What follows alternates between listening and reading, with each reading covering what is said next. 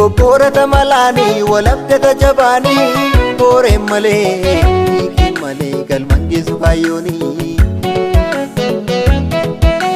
dakoonsi duursitu fafoonsitti bakkaluuni boosiyaati dhiiraa garba taanee booyaa namnu falmachuun ni jirraa waan qabaniin qabatti ol hiriiru sudut dhokatu dubbii gaafa nafii siingatanii qaamaan dhokatu jirbii ilaalcha ormaa baannee alaaga jalaan bullu waliin akka dhaadannu yoo wal taane biyya taane gaafas kana laagallu yoo wal taane gaafas kana laagallu biyya taane gaafas kana laagallu yoo wal taane gaafas kana laagallu biyya taane gaafas kana laagallu.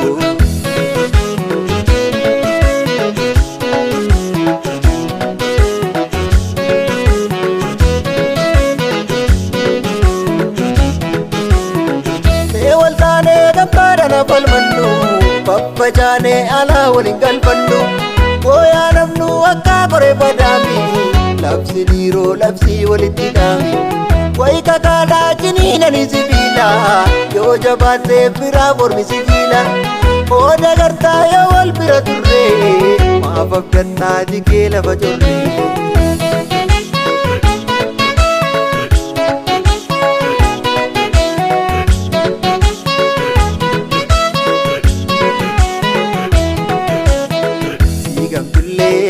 obsa godhu kudhaama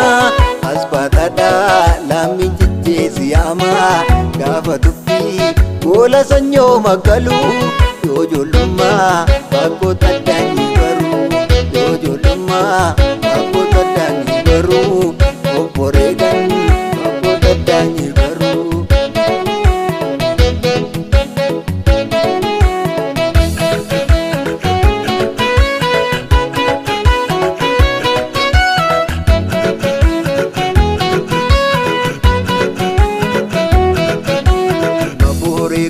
bobboorata malaanii walabdata jabaanii booreen malee hiikiin malee galman geessu kaayyoonii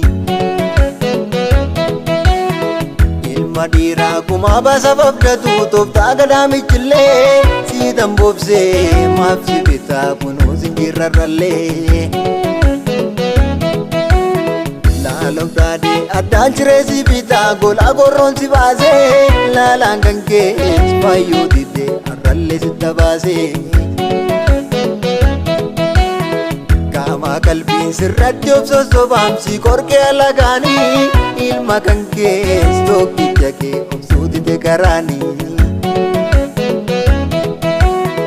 roorrifamaa obsuutite garaanii miidhagfamaa obsuutite garaanii ilma kan obsuutite garaanii roorrifamaa obsuutite garaanii.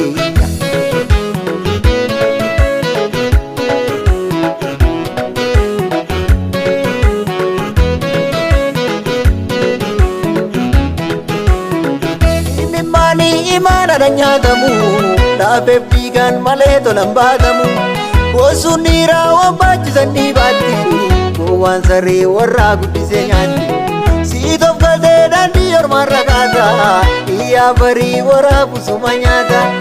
akka laalii akkeessaatu tabbaan haru hingo yoomin situu borrii maru.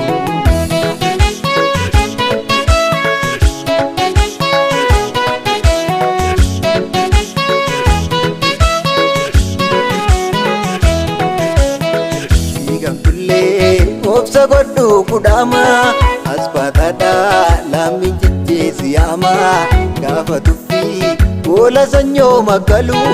yoo ijoollummaa bakkoota addaanii baruu yoo ijoollummaa bakkoota addaanii baruu